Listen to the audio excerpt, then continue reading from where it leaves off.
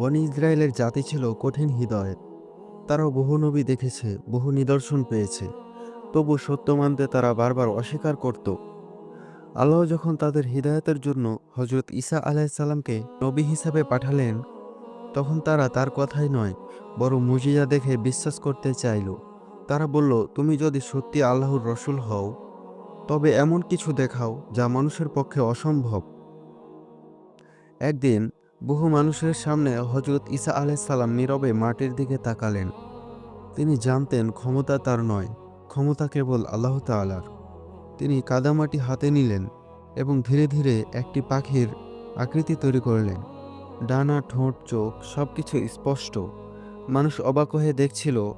কেউ ফিসফিস করে বলল, এ তো শুধু মাটি।